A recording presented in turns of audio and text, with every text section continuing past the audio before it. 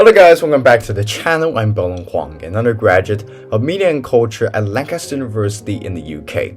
In this video, I'm going to talk about summary I've done on a TED Talk by Robert Waldinger, a professor of psychiatry at Harvard Medical School, called What Makes a Good Life? The Longest Study on Happiness, as well as my opinion on it. Let's get into it.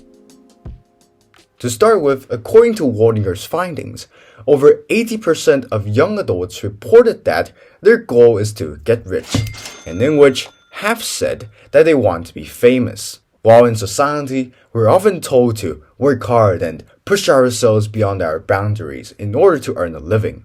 Nonetheless, nothing in life goes as smoothly as what we expected, or as how we were taught and imagined.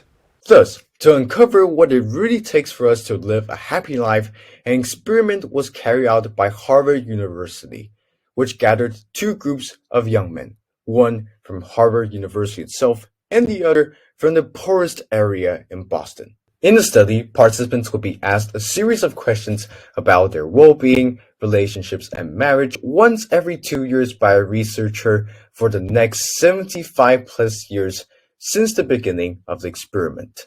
And up until now, this experiment is still ongoing and currently run by the man himself, Robert Waldinger. Based on experiment, Waldinger states, it is found that the key to live a happy life is to have good quality relationships, which is more than just relationship in a marriage, but also with family, friends, and the society. Even more so, Waldinger suggests that individuals who reported to be happier with high-quality relationships had a better memory and are physically and mentally healthier than those who don't. Whereas for those who didn't have such healthy relationships, in contrast, are shown to have experienced more physical pain, loneliness, memory loss, have a poor mental health, and shorter lifespan. Hence, Waldinger argues, as people age, it is not cholesterol levels, rather the quality of relationships that determine people's level of happiness. Albeit with this in mind, why are good quality relationships still so hard to achieve and so easy to ignore, Waldinger says? It is essentially because people, by nature, always want to have a quick fix.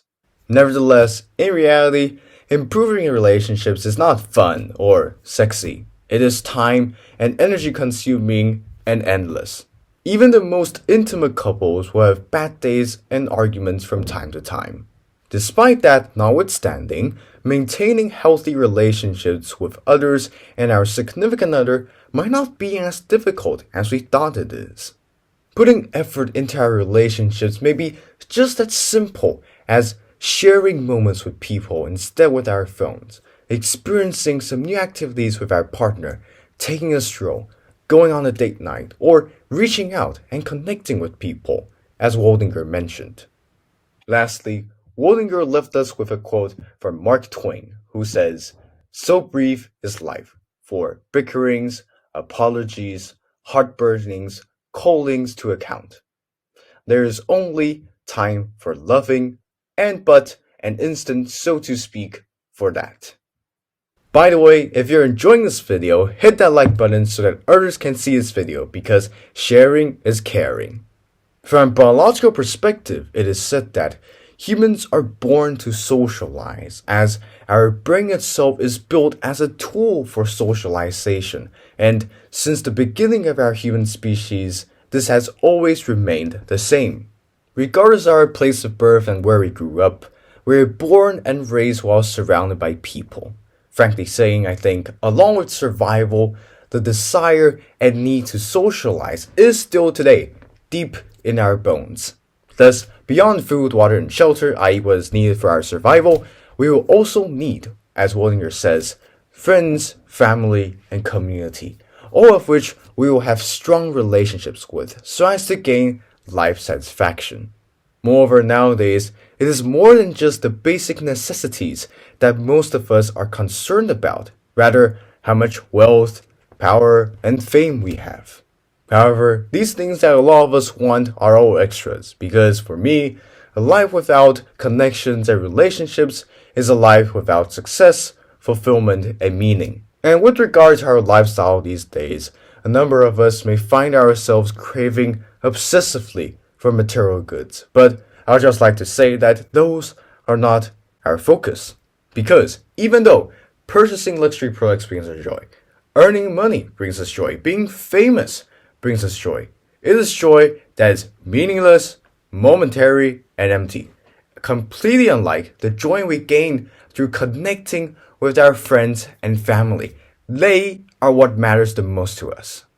Overall, I think the nature to grow and nurture our relationships is deep in our soul.